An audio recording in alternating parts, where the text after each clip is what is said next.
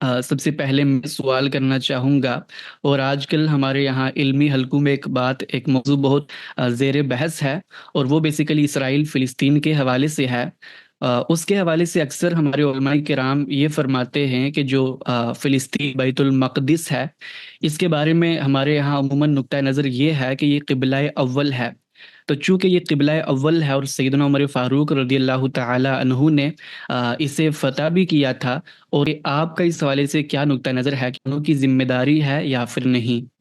جی، یہ بہت اہم سوال ہے مسجد اقصی کی دینی حیثیت کے حوالے سے، اور ہمارے ہاں بالعموم جو نقطہ نظر روایتی علماء کی جانب سے پیش کیا جاتا ہے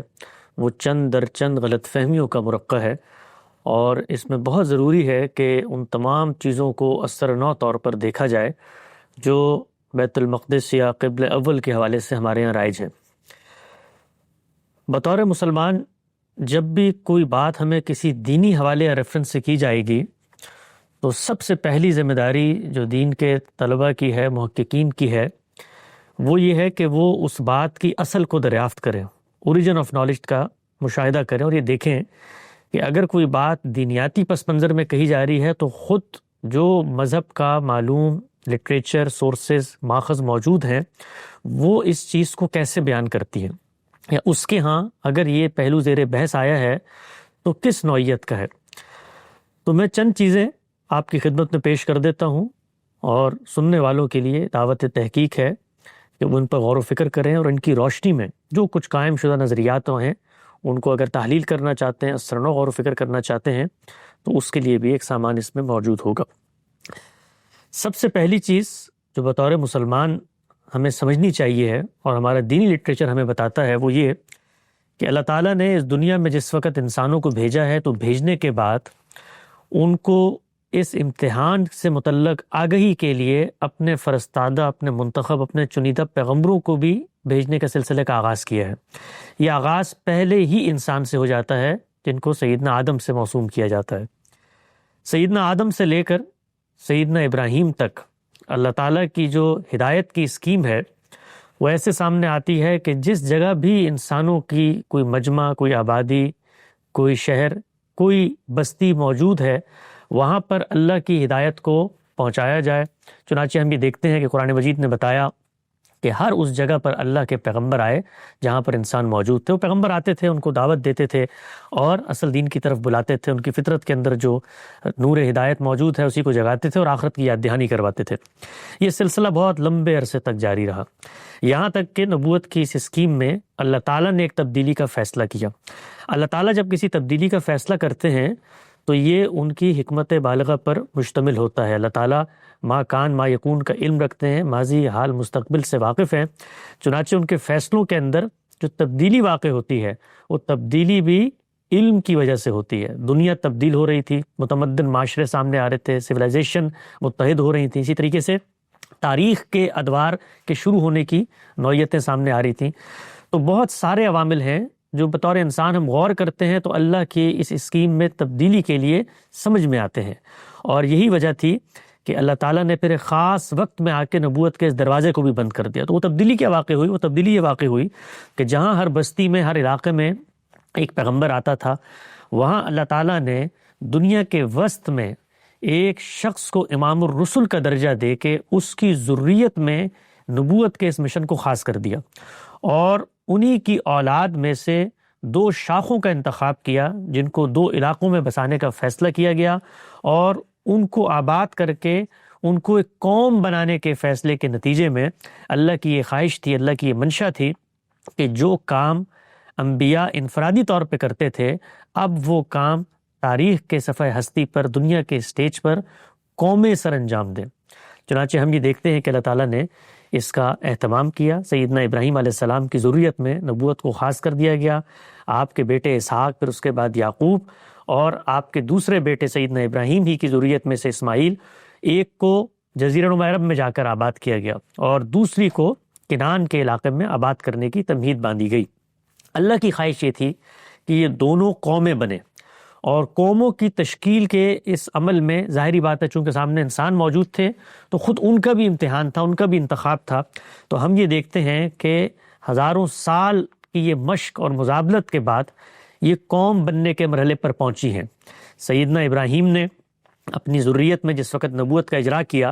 تو ہم یہ جانتے ہیں کہ سیدنا یعقوب، جن اسرائیل سے بھی موسوم کیا جاتا ہے، جن کے 12 بیٹے تھے، انہوں نے وہاں سے نکل کے اپنے بیٹوں کو ایک خاص علاقے میں آباد کیا ہے۔ ان کی ذریت میں پھر نبوت کی تخصیص کر دی گئی، اور پھر کرتے کرتے کم و بیش کوئی 600-700 سال کا عرصہ ہے کہ جہاں پر سیدنا موسیٰ کا بعثت اور نزول ہوتا ہے، اور وہاں پر جا کر بنی اسرائیل ایک قوم کی حیثیت اختیار کرتی ہے۔ چنانچہ ہم نے یہ بھی دیکھا کہ یہی وہ وقت ہے کہ جب اللہ تعالیٰ نے پہلی دفعہ اجتماعیت سے متعلق، ریاست سے متعلق، نظم اجتماعی سے متعلق احکامات اور شریعت بھی پہلی دفعہ روئے زمین پہ نازل کی۔ اس سے پہلے جو کچھ ہو رہا تھا وہ انفرادی احکام تھے، لیکن جب ایک قوم تشکیل کے اس مقام پر پہنچ گئی تو پھر اللہ تعالیٰ نے ان کو شریعت سے بھی مزین فرمایا اور باقاعدہ قانون دیا۔ مقصود اس کا کیا تھا؟ مقصود اس کا یہ تھا کہ دنیا کے وسط میں، دنیا کے دل میں 2 ایسی قومیں موجود رہیں جو انبیاء کے سلسلے کی تکمیل کے باوجود خدا کی وہ شہادت لوگوں تک پہنچاتی رہیں۔ چنانچہ آپ یہ جانتے ہیں کہ سیدنا ابراہیم نے اپنے دوسرے بیٹے سیدنا اسماعیل کو جا کر جزیرہ نما عرب میں آباد کیا، اور وہاں پر جو پہلی معبد تھی، عبادت گاہ تھی، اسی کو اسرنو طور پہ تعمیر کیا، اس کی بنیادوں کو دوبارہ سے اٹھایا، اور دونوں جگہ پر اپنے دونوں فرزندان کو یہ وصیت کی کہ ان جگہوں کو اللہ کے لیے خاص رکھنا ہے۔ اس قوم کو شہادت کے منصب پر فائز کرنے کے عمل میں ذمہ داریوں کی نوعیت اگرچہ ابتدا میں مختلف تھی۔ ہم یہ جانتے ہیں کہ سیدنا اسماعیل کو جب یہاں پر آباد کیا گیا تو ان کو جو ذمہ داری دی گئی وہ معبد کو آباد رکھنے کی تھی۔ وہاں پر نماز پڑھنے والے، سجدہ کرنے والے، رکوع کرنے والے، اعتکاف کرنے والوں کے لیے مسجد کو پاکیزہ رکھنا، مسجد کا اہتمام اپنے زیر نگین جاری رکھنا، یہ تھی۔ اور جو پہلی قوم تھی جس کو کنعان کے علاقے میں آباد کیا، ان کو اس وقت شہادت کے منصب پر فائز کیا گیا کہ تم نے پوری دنیا میں خدا تعالیٰ کی اس اسکیم کی منادی کر کے کھڑے ہو جانا ہے۔ جب اللہ تعالیٰ نے ان کو وہاں پر آباد کیا تو ہم یہ جانتے ہیں کہ اس زمانے میں جس وقت کہیں پر سلطنت وجود پذیر ہوتی تھی تو یہ ایسا نہیں ہو سکتا تھا کہ گرد و پیش کی ریاستیں طاقت کر کے اس کا خاتمہ نہ کر دیں۔ ہم یہ جانتے ہیں کہ اس زمانے میں غلبہ، تغلب، اسی طریقے سے حملہ آور ہو کے لوگ سلطنتوں کی توسیع بھی کرتے تھے، ان پر قبضہ بھی کرتے تھے، ان پر حملہ آور بھی ہو جاتے تھے۔ چنانچہ اللہ تعالیٰ نے جس وقت بنی اسرائیل کو یہاں پر آباد ہونے کا حکم دیا تو ساتھ ہی یہ بتا دیا کہ یہاں پر جو موجود آبادیاں ہیں، گرد و پیش کے اندر سلطنتیں کہیے یا لوگوں کے اہتمام میں چلنے والی ریاستیں کہیے، ان کا بھی تم نے خاتمہ کرنا ہے۔ چنانچہ اگر آپ بائبل میں کتاب استثناء کا مطالعہ کریں تو وہاں پر باقاعدہ ان اقوام کے نام آئے ہیں کہ جہاں پر سیدنا موسیٰ نے جس وقت ان کو آباد کیا ہے تو اس وقت ان پر یہ لازم کیا کہ ان کو وہاں سے نکالنا ہے، ان کے ساتھ کوئی تعلق نہیں رکھنا، اپنی اصل پر قائم رہنا ہے۔ چنانچہ وہاں پر کنانی قوم ہے، اسی طرح سے اموری قوم ہے، اسی طرح سے ہتی قوم ہے، ان سب کو وہاں سے نکالنے کا فیصلہ کیا گیا۔ تو ہوا کیا؟ ہوا یہ کہ 2 سلطنتیں ہیں دنیا کے وسط میں، جہاں پر اللہ نے ایک قوم کو لا کر بٹھا دیا ہے۔ اس قوم کی وہی ذمہ داری ہے جو انبیاء کی ذمہ داری تھی، شہادت علی الناس کی، اور ان کے گرد و پیش کے جو علاقے ہیں ان کو خالی کرا لیا گیا۔ کہا یہ میراث کی سرزمین ہے، یہاں پر اب کوئی آباد نہیں ہو سکتا۔ اور اس کی علت اور وجہ کیا تھی؟ علت اور وجہ یہ تھی کہ کوئی آگے بڑھ کر خدا کے ان مراکز کے خاتمے کا نعوذ باللہ قصد یا ارادہ نہ کرے۔ یہ خدا کی اسکیم تھی۔ اس اسکیم کے تحت پے در پہ انبیاء آئے، قوم کی تشکیل کے ان مراحل سے انہیں گزارا، ان کو جو ان کا اصل منصب تھا اسے یاد کروایا۔ لیکن جس طرح دنیا کے ہر قوم میں، انسانوں میں سرکشی، تمرد، استکبار پیدا ہوتا ہے، یہی معاملہ قوم کے ساتھ بھی ہوا۔ چنانچہ بنی اسرائیل نے، اللہ نے جو منصب اور جو ذمہ داری انہیں دی تھی، اسی کو اپنی برتری اور فضیلت کا باعث سمجھ لیا، یہاں تک کہ پھر اللہ تعالیٰ نے اس قوم میں آخری تمام حجت کے لیے سیدنا مسیح کو نازل فرمایا، اور سیدنا مسیح کے ذریعے اسی قوم کو جس نے دنیا پر شہادت دینی تھی، آخری درجے میں ان کی غیر معمولی پیدائش، معجزات کا ظہور اور ان کی پیشن گوئیاں، سب کچھ کو اس درجے میں لا کے واضح کر دیا کہ یہ آخری موقع ہے اس قوم کے لیے کہ جس کو شہادت کے درجے پہ فائز کیا گیا تھا، کہ وہ لوٹ آئے اور لوٹ کے اللہ کے اسی مشن میں دوبارہ سے گامزن ہو جائے۔ لیکن ہم نے یہ دیکھا کہ ان لوگوں نے، اس بدبخت قوم نے، اسی آخری رسول کے قتل کا اعادہ کر لیا کہ جو ان کو ان کی اصل سے جوڑنے کے لیے آیا تھا۔ اگر آپ سیدنا مسیح کے پورے لٹریچر کا مطالعہ کریں تو وہ ہر جگہ یہ کہتے ہیں کہ میں تورات کو منسوخ کرنے نہیں آیا، میں تو انہی جو بکھری ہوئی بھیڑیں ہیں ان کو واپس لینے کے لیے آیا ہوں، خدا کے اسی مشن کے ساتھ جوڑنے کے لیے آیا ہوں۔ لیکن ہم نے دیکھا کہ انہوں نے سیدنا عیسیٰ علیہ السلام کا، مسیح علیہ السلام کا ناحق قتل کرنے کی کوشش کی۔ اللہ تعالیٰ کی ایک خاص اسکیم ہوتی ہے کہ وہ پیغمبروں کی اہانت اس طرح برداشت نہیں کرتے، چنانچہ قرآن مجید نے بتایا کہ ان کو اوپر اٹھا لیا گیا۔ تو یہ اس سرزمین کی دینی حیثیت تھی، یہ وہ علاقہ تھا جہاں پر اللہ تعالیٰ ایک قوم کو آباد کر کے شہادت کے منصب پر فائز کر کے دنیا تک کی پیغام پہنچانا چاہتے تھے۔ اور آپ یہ بھی دیکھیے کہ اس زمانے کا جو عرف اور تمدن تھا اس کی رعایت سے یہ سارے معاملات ہو رہے تھے۔ چنانچہ ایک موقع پہ جب بنی اسرائیل نے خود اس چیز کا تقاضا کیا کہ جو دنیا میں گرد و پیش میں شرک کا دورہ نظر آتا ہے تو وہاں پر تو بادشاہ آتے ہیں، ہمارے یہاں پیغمبر آتے ہیں، دعوت دے کے چلے جاتے ہیں، تو ہمیں بھی بادشاہت عطا کی جائے۔ تو اللہ تعالیٰ نے خود ہمیں بائبل بتاتی ہے کہ بتایا انہیں کہ اس بادشاہت کے کیا نقصانات ہیں، یہ تمہاری عورتوں کو لونڈیاں بنائے گا، یہ تمہارے یہاں کشت و خون کے بازار گرم کرے گا، تمہاری فصلیں لے اڑے گا۔ لیکن ان کی درخواست تھی تو یہاں تک اسکیم کو تبدیل کیا کہ انبیاء کی بعثت کا یہ سلسلہ بادشاہت کے انسٹیٹیوشن کے ذریعے تحت شروع کر دیا۔ چنانچہ ہم نے دیکھا سیدنا داؤد اور سلیمان جیسے بڑے بادشاہ انہی میں پیدا ہوئے، اور جب ان میں پیدا ہوئے تو ان کا جو یہ مشن تھا، اس مشن کی وقتاً فوقتاً توسیع بھی ہوتی رہی۔ چنانچہ ہم یہ دیکھتے ہیں کہ یہاں پر اسی علاقے میں بیٹھ کر سیدنا سلیمان جو ہیں وہ ملکہ بلقیس کو وہاں پر خط لکھتے ہیں، جو کہ وہاں سے 2000 میل کے فاصلے پہ یمن کے علاقے میں آباد ہے، اور ان کو تسلیم و انقیاد پر آمادہ کرتے ہیں کہ وہ آئیں اور اس شہادت کے منصب پر جو قوم فائز ہے اس کے آگے سر تسلیم خم کریں۔ اگرچہ وہ یمن جو ہے وہ حرم کے زیادہ قریب تھا، مکہ جیرو عرب کے زیادہ قریب تھا، لیکن اس قوم کو یہ ذمہ داری اس وقت تک نہیں دی گئی تھی، اس کو صرف یہ ذمہ داری دی گئی تھی کہ معبد کو آباد رکھنا ہے۔ تو میں عرض کر رہا تھا کہ سیدنا مسیح کے ناحق قتل کی کوشش کے بعد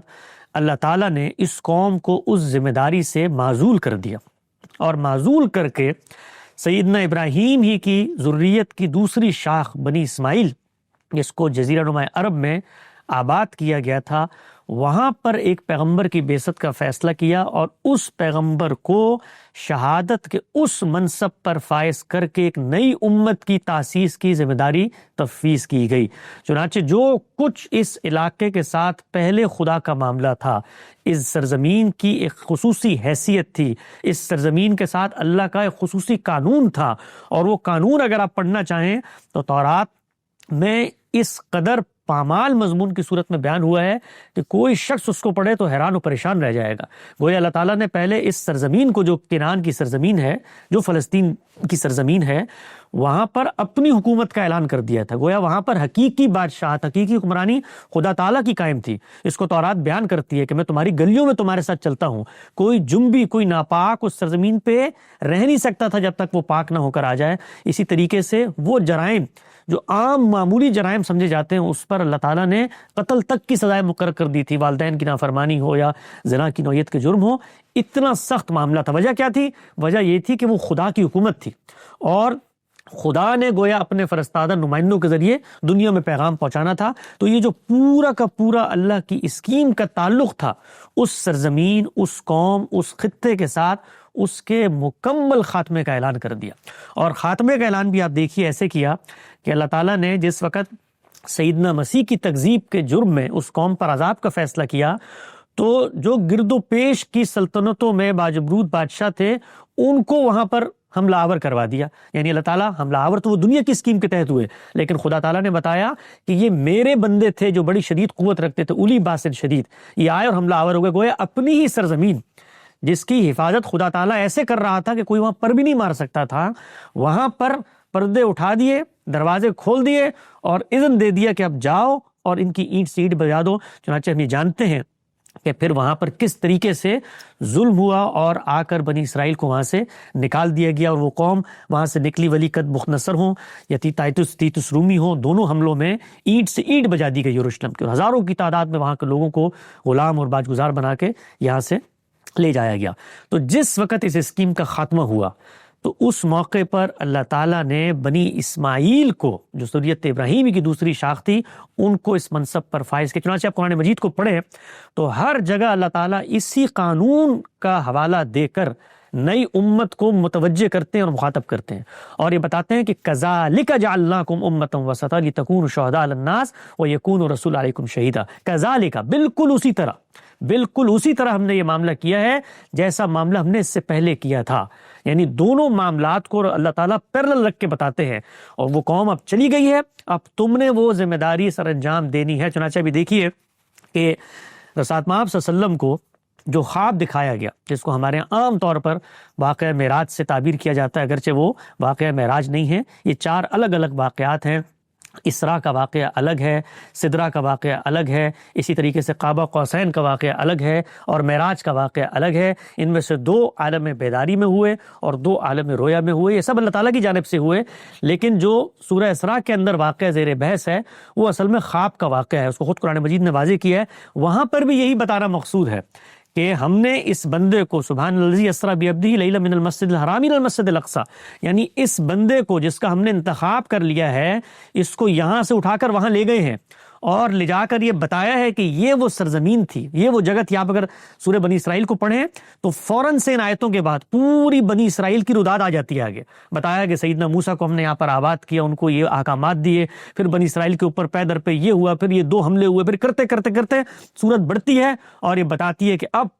بنی اسماعیل کو اس جگہ پر فائز کیا جا رہا ہے, اور یہ جو کچھ ہم نے تمہیں دکھایا یہ آزمائش کے لیے ہے. چنانچہ اللہ تعالیٰ کے رسول کو پھر سیدنا محمد صلی اللہ علیہ وسلم کی صورت میں بنی اسماعیل کے اندر بعثت کر کے اسی منصب, اسی مقام پر فائز کیا گیا, اور ایک امت اور ایک قوم کی تشکیل کی ذمہ داری دی گئی. کیوں؟ کیونکہ خود رسالت مآب صلی اللہ علیہ وسلم کے جانے کے بعد اب قیامت تک چونکہ تاریخ کا دور شروع ہو چکا تھا, اللہ تعالیٰ کی جو اسکیم تھی قوموں کے اصطفاء کی وہ ایک خاص مقام تک پہنچ چکی تھی. اب آپ نے فیصلہ کیا کہ ختم نبوت ہونا ہے, اور اس قوم نے شہادت کا وہی منصب, شہادت کی وہی ذمہ داری جو رسول ادا کرتے ہیں اب قیامت تک ادا کرنی ہے. چنانچہ قرآن مجید میں ارشاد فرمایا وَقَاتِلُوهُمْ حَتَّى لَا تَكُونُ فِتْنَةٌ وَيَكُونُ الدِّينُ كُلُّهُ لِلَّهِ, یعنی اس سرزمین پر اب کوئی دوسرا دین قائم نہیں رہ سکتا. یہ خدا کا زمین پر منتخب کردہ وہ حصہ ہے جو قیامت تک توحید کا مینار لے کر روشن رہے گا. یہی وہ حکم ہے جس کی ایک فرع, جس کی ایک کلورنی کے طور پہ رسالت مآب صلی اللہ علیہ وسلم نے ارشاد فرمایا اور دنیا سے رخصت ہوتے ہوئے اپنی آخری وصیت دی کہ میری یہ خواہش ہے کہ لأخرجن اليہود والنصارى من جزیرۃ العرب, اور فرمایا لا تجتمع دینان فی جزیرۃ العرب, اس جزیرہ نما عرب میں کوئی یہودی کوئی مسیحی باقی نہیں رہنا چاہیے. یہ اللہ کی منتخب سرزمین ہے, یہاں پر صرف ایک معبد قائم ہوگا, ایک ہی دین کے رہنے والے مستقل شہریت اپنا سکیں گے اور وہی یہاں پر حکومت کریں گے. یہ اللہ تعالیٰ کے پیغمبر نے اہتمام کیا. خود آپ کی زندگی میں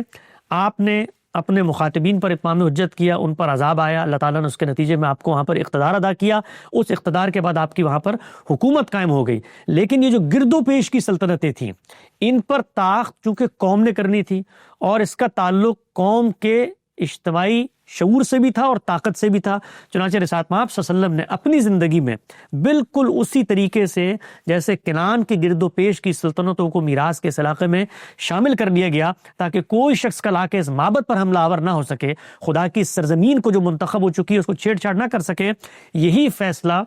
اللہ تعالیٰ کے آخری پیغمبر نے بھی کیا. چنانچہ انہوں نے خطوط لکھے. ہم یہ جانتے ہیں کہ انہوں نے ایران کے اندر خطوط لکھے جو زمانے میں فارس کی سلطنت تھی, انہوں نے جو روما کی سلطنت تھی, بازنطینی سلطنت جس کو کہا جاتا ہے, ان کو لکھی. انہوں نے مصر کے اندر مقوقس تھا ان کو لکھی, ہرقل کو, قیصر کو, ان سب کو خطوط لکھ کے تسلیم و انقیاد پر آمادہ کیا اور فرمایا اسلم تسلم, میں خدا کا منتخب چنیدہ پیغمبر ہوں, تم اسلام لے آؤ, ایمان قبول کر لو ورنہ تمہارا دنیا سے خاتمہ ہو جائے گا. سلامتی چاہتے ہو تو ایمان کے ساتھ مشروط ہے. تو یہ کام کر کے اللہ کے پیغمبر رخصت ہو گئے, اور رخصت ہونے کے بعد انہوں نے اپنی جماعت, اپنے صحابہ کی یہ ذمہ داری لگائی جو شہادت کے منصب پر فائز تھے کہ اب گرد و پیش کی ان سلطنتوں کا قبضہ بھی تم نے حاصل کرنا ہے. چنانچہ پھر ہم نے یہ دیکھا کہ صحابہ اکرام نے اقدام کیا, وہ قادسیہ کے میدان میں اقدامات ہوں یا وہ جو اس زمانے میں قیصر روم کی سلطنت تھی. اس سلطنت میں قیصر کا وہی لقب ہے, عربی میں ہم اس کو قیصر کہتے ہیں, جس کو انگریزی میں سیزر کہا جاتا ہے. تو اس زمانے میں یہ بہت بڑی سلطنت تھی جس کا دارالخلافہ جو تھا وہ قسطنطنیہ تھا, اور یہ پورا گریٹر شام اور یہ پورا قیران کا علاقہ یہ سب انہی کے زیر تحت. تو ہم یہ جانتے ہیں کہ پھر سیدنا عمر کے زمانے میں یہ معاملہ ہوا, یہ فیصلہ ہوا, اور یہ فیصلہ کرنے کے بعد وہاں پر باقاعدہ مسلمانوں کی حکومت قائم کر دی گئی. اس چیز کو ذہن میں رکھیں. ذہن میں رکھتے ہوئے یہ دیکھیے کہ جس وقت سیدنا عمر نے یروشلم کا قبضہ حاصل کیا ہے کیونکہ پیچھے طاقت ہو رہی تھی، 2-3 دفعہ مارکے ہو چکے تھے سرحدوں پر، اور اس کے بعد پرامن طور پہ شہر کی چابیاں سیدنا عمر کے حوالے کر دی گئیں۔ جس وقت سیدنا عمر یہاں پر تشریف لائے ہیں تو لانے کے بعد جو قرآن مجید نے اسکیم متعین کی تھی کہ اب رہتی دنیا تک صرف اور صرف جزیرہ نما عرب کی وہ حیثیت ہے جو اللہ کی سلطنت اور اللہ کی مملکت کی حیثیت سے بحال ہے، اسی کو بحال رکھنا ہے۔ اور یہ گرد و پیش کے علاقے ایک علت کی بنیاد پہ حاصل کیے گئے ہیں کہ یہاں پر کوئی منظم مشرکانہ حکومتیں قائم ہو کے جزیرہ نما عرب پر طاقت نہ کر سکیں۔ تو آپ جب وہاں پر داخل ہوئے ہیں تو یہ جو احاطہ ہے یہ معلوم احاطہ تھا، یہاں پر ہیکل سلیمانی کے آثار اور نشانیاں موجود تھیں جن کو مسیحیوں نے آ کر اس طریقے سے قائم نہیں رہنے دیا۔ اور سیدنا عمر جس وقت یہاں داخل ہوئے ہیں تو داخل ہونے کے بعد انہوں نے کوئی دعویٰ نہیں کیا، کوئی اس طرح کا مطالبہ نہیں کیا کہ یہ سرزمین جو ہے یہ تو کوئی مقدس سرزمین ہے، اس کے اندر ایک خاص طرح کی مسجد کی ہم تعمیر کریں گے اور یہ ہمارا قبلہ اول ہوگا اور اس کو معبد کی حیثیت حاصل ہوگی۔ کوئی اس طرح کا مطالبہ نہیں کیا، بلکہ انہوں نے اسی احاطے کے ایک کونے میں جا کر، نماز کا وقت تھا تو وہاں پر کچرے کے ڈھیر لگے تھے، اس کی صفائی کروا کے وہاں پر نماز ادا کی، اور نماز ادا کرنے کے بعد جو وہاں پر مسیحی موجود تھے ان کے ساتھ معاہدہ کیا، اور وہ معاہدہ مسیحیوں کی مطالبے اور رعایت پر یہ تھا کہ یہاں پر یہود کو دوبارہ اپنے آباد ہونے نہیں دینا، کیونکہ یہ ہماری بھی مقدس سرزمین ہے اور یہاں پر وہ یہ ظلم کر کے جا چکے ہیں کہ آخری خدا کے منتخب جو رسول تھے ان کا انہوں نے قتل کر دیا ہے، لہٰذا ان کی یہاں پر واپسی نہیں ہونی چاہیے۔ ان کے مطالبے پر سیدنا عمر نے یہ ان سے معاہدہ کیا۔ یہ معاہدہ کوئی دینی یا اخلاقی یا قانونی طور پر مذہب کی طرف سے پابندی کے نتیجے میں نہیں تھا، بلکہ جس وقت آپ کسی جگہ کو فتح کر لیتے ہیں تو وہاں پر فاتح اور مفتوح کے درمیان جو باہمی اتفاق سے معاہدہ ہوتا ہے، اس کی نوعیت اور حیثیت ہوئی تھی۔ چنانچہ آپ تاریخ میں پڑھیے، یہ شق بھی مسیحیوں نے پیش کی، یعنی سیدنا عمر کی جانب سے پیش نہیں کی گئی، مسیحیوں نے پیش کی کہ ہم یہ چاہتے ہیں کہ یہاں پر یہودی نہ آئیں، ہم آپ کے باج گزار بن کے رہیں گے، یہاں پر آپ کی سلطنت اور حکومت قائم رہے گی۔ چنانچہ وہ جو احاطہ تھا، اس کو عام طور پہ مسجد اقصی سے تعبیر کر دیا جاتا ہے، مسجد عبادت کی جگہ کو کہا جاتا ہے، اور وہ پورا کا پورا علاقہ اصل میں وہی عبادت کی جگہ تھی۔ اس میں اصل بنیاد کیا تھی وہ کسی کو نہیں پتا، چنانچہ وہاں پر ہم یہ جانتے ہیں کہ مسلمانوں ہی نے اپنے اندازے اور تخمینے سے ایک گنبد، جس کو ٹیمپل آف دی ماؤنٹ کہا جاتا ہے، گنبد یہ جو صخرہ ہے جو آپ کو گولڈن سا نظر آتا ہے، اس کی تعمیر کر دی، اور کونے پر ایک چھوٹی سی مسجد ہے جو اموی خلیفہ مروان نے بنائی تھی، اس کو مسجد عمر سے موسوم کیا جاتا ہے۔ تو وہاں پر پھر مسلمان آتے گئے اور وہاں پر نمازیں بھی پڑھتے ہیں اور اپنے تقدیس کا اس کے ساتھ تعلق کا اظہار بھی کرتے ہیں۔ لیکن اس خطے، اس جگہ، اس عرض سے جو دینی حیثیت تھی اس کا مکمل طور پہ خاتمہ ہو چکا ہے۔ اگر یہ پوری کی پوری بحث جو میں نے ابھی کی ہے قابل فہم ہے تو پھر سوال یہ پیدا ہوتا ہے کہ جو مسلمانوں کے اندر رائج نقطہ نظر ہے کہ یہ ہمارا قبلہ اول تھا اور اس کے بارے میں رسالت مآب صلی اللہ علیہ وسلم نے پیشن گوئیاں کی ہیں اور اس کا جو قبضہ ہے وہ قیامت تک ہمارے ہاتھ میں رہنا چاہیے، اس کی بنیاد کیا ہے؟ تو اس کے اندر اگر آپ اتریں تو آپ پر یہ واضح ہوگا کہ جس وقت اللہ تعالیٰ نے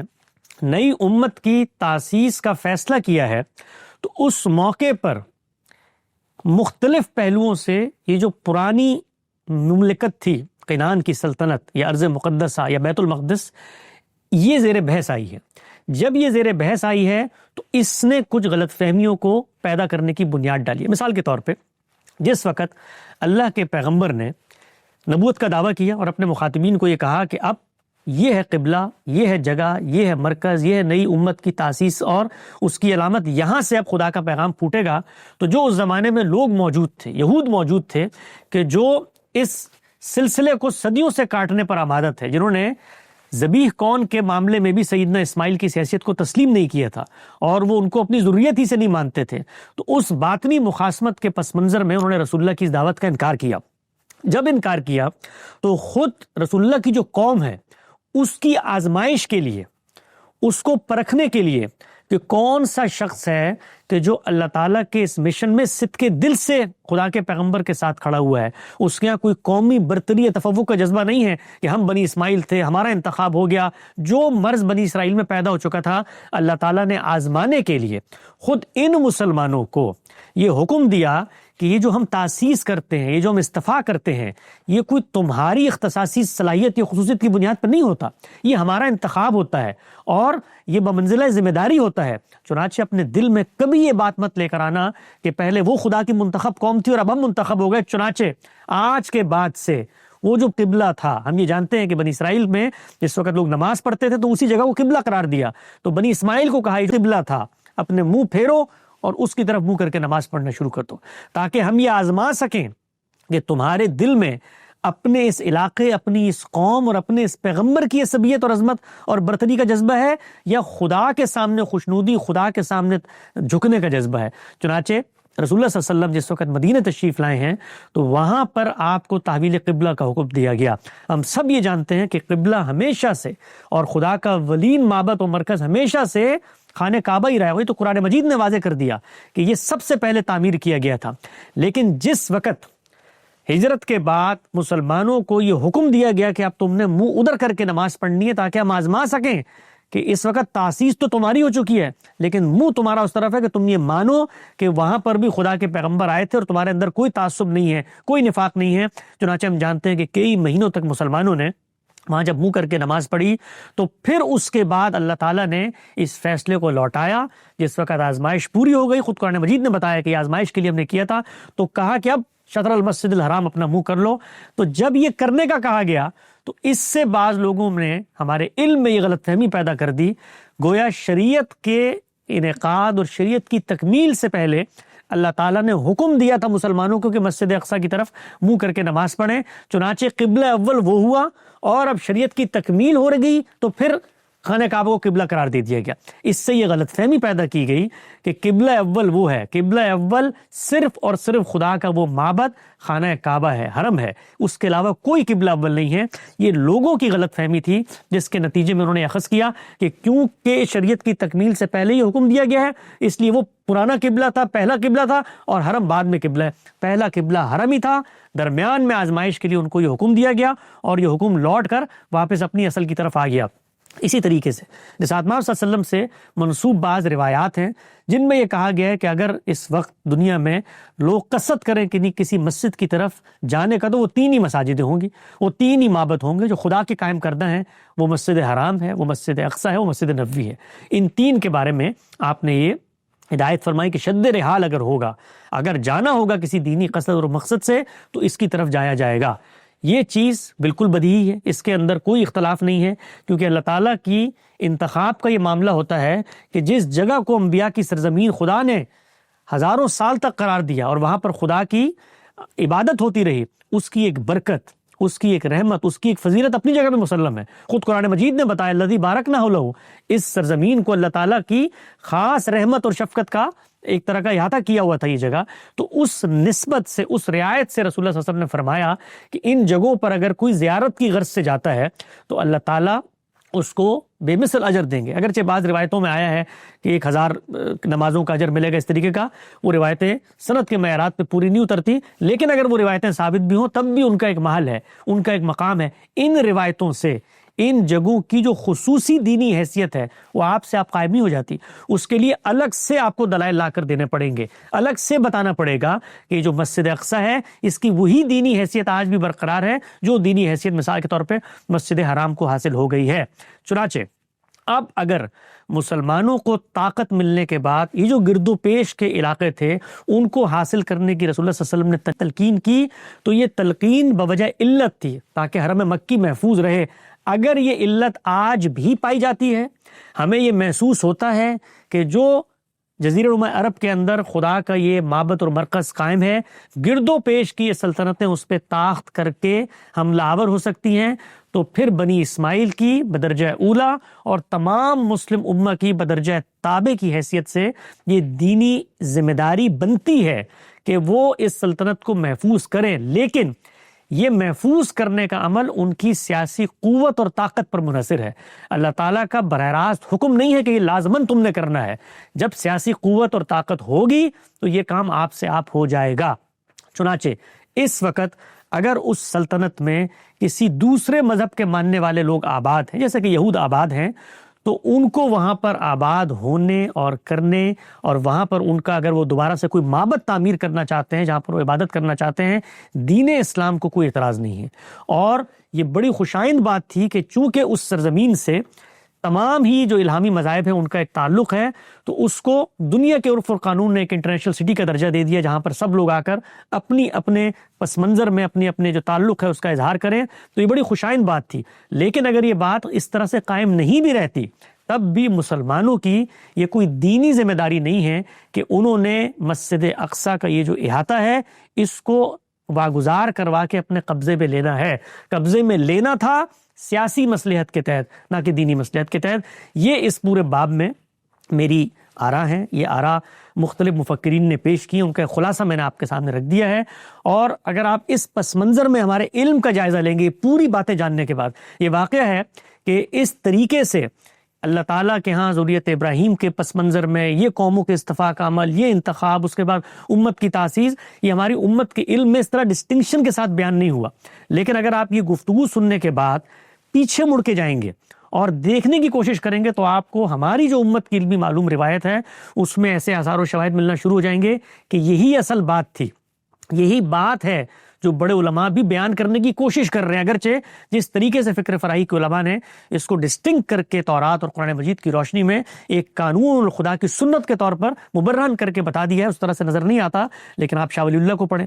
آپ مثال کے طور پہ ابن عبد البر کو پڑھیں، آپ شاطبی کو پڑھیں، وہ سب بھی اسی پس منظر میں بہت ساری باتیں کریں. مثال شاہ ولی اللہ کو آپ پڑھیں، وہ بتائیں گے کہ یہ جو بنی اسماعیل کو جہاں پر آباد کیا ہے، یہ جو حجاز کی سلطنت ہے، اس کو تجرد للاسلام، اس کو خاص کر لیا گیا اسلام کے لیے. تو ہمارا علم بھی اس کی تخصیص کرتا ہے، لیکن یہ پورا کا پورا عمل اپنے بام عروج پر پہنچا ہے جس وقت فکر فراہی کے علماء نے اس خدا کی سنت اور اسکیم کو متعین کر کے بتایا ہے، اور مسلمانوں کی ذمہ داری بھی بیان کی ہے کہ اب انہوں نے معاملات کو کیسے دیکھنا ہے.